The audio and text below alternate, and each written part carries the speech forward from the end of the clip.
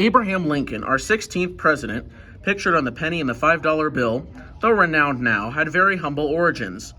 Born in 1809 in a log cabin in rural Kentucky to yeoman farmer Thomas Lincoln and his wife Nancy, Lincoln later became a store clerk, with many legends about his honesty springing from this career. I ought to study to become a lawyer. And so he did. After being admitted to the bar, no, not that one. That one. I'm a lawyer Lincoln married the better off Mary Todd 5 years later. He also won election to Congress in 1846. He served only one term, but this forced him to take a stand on the issue of slavery. We first need to prohibit it from moving west, then gradually emancipate the other slaves. We could probably send them to Africa or something, I don't know. He withdrew from politics for nearly a decade after his defeat. What the hell is this? Lincoln jumped back into the political arena after the passage of Stephen Douglas's Kansas-Nebraska Act, pushing the doctrine of popular sovereignty, wherein residents of each new state would decide for themselves whether or not to allow slavery. Lincoln abandoned the crumbling Whig Party and joined the newly formed Republican Party, which was formed in 1854 to prevent the spread of slavery into the western states. He became a prominent figure and delivered perhaps his second most famous speech. A house divided against itself cannot stand. I believe this government cannot endure, permanently half slave and half free.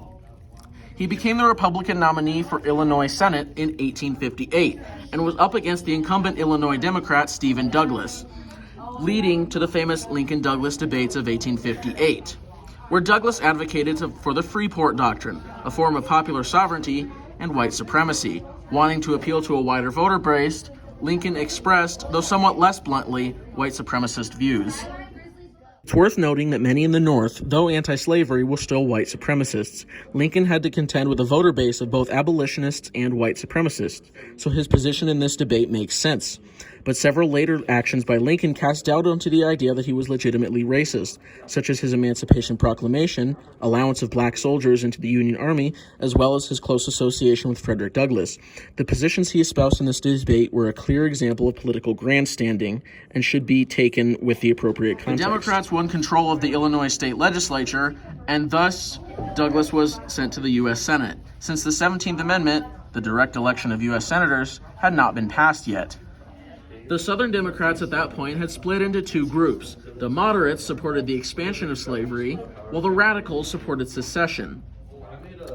This was further exacerbated by the raid on the federal arsenal in Harper's Ferry, West Virginia, by abolitionist John Brown, attempting to secure weapons to start a slave revolt. He was caught and hanged after being charged with treason. He became a martyr to abolitionist Republicans and a political harbinger of doom for pro-slavery Democrats. In the 1860 election, the split within the Democrat Party caused 4 candidates to appear on the ballot. Lincoln, the Republican, was anti-slavery and finished with 180 electoral votes. John Breckinridge, the so-called Southern Democrat, was in favor of unabridged expansion of slavery into the territories and finished with 72 electoral votes.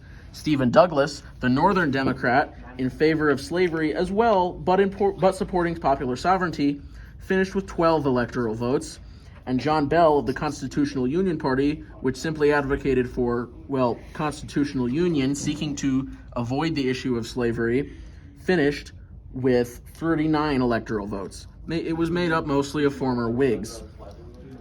Lincoln crushed his opposition in the Electoral College, but won only 40% of the popular vote. However, he did not have any ballots distributed in 10 southern states: Texas, Arkansas, Louisiana, Mississippi, Alabama, Florida, South Carolina, North Carolina, and Tennessee. Republicans had won the presidency and the Congress, but this opened up an entirely new can of worms. Would the vehemently pro-slavery Democrats in the South leave the Union? Dun, dun, dun!